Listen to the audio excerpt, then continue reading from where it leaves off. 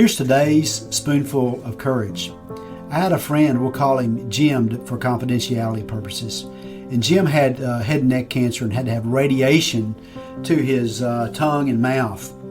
And I was talking with Jim one day about a year after he finished radiation, and he was sharing some of his experiences, and he said, "Chuck, you're not going to believe this, but I had this weird experience when I was on the table."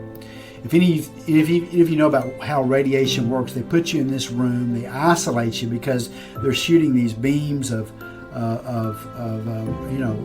X-rays through your gamma rays, actually through your mouth.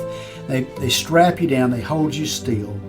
And he said, as I was going through that process, I'm very claustrophobic, and he said my wife got me these worship tunes, and I put these worship tunes on my tongue, and they pushed the button, and then they began to start the radiation.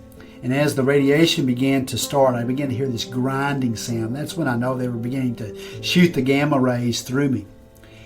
And he said, during this process, when this began to happen, I began to worship. I began to sing those worship songs that my wife gave to me. And he said several times during my radiation treatments, I would hear this singing as I was singing out loud.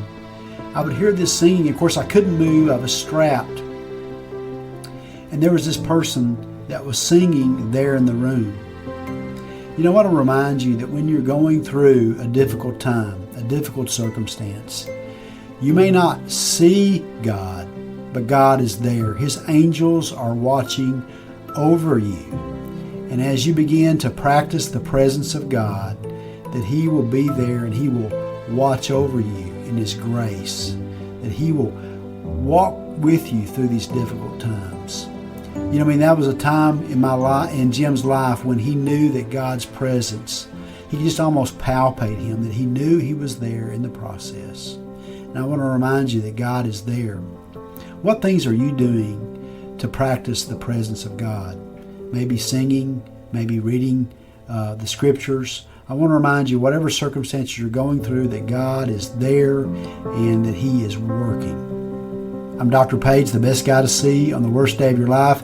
If you'd like to read this, we have this article that also tells a story in a little bit different way on CBN. You can find that in the link below.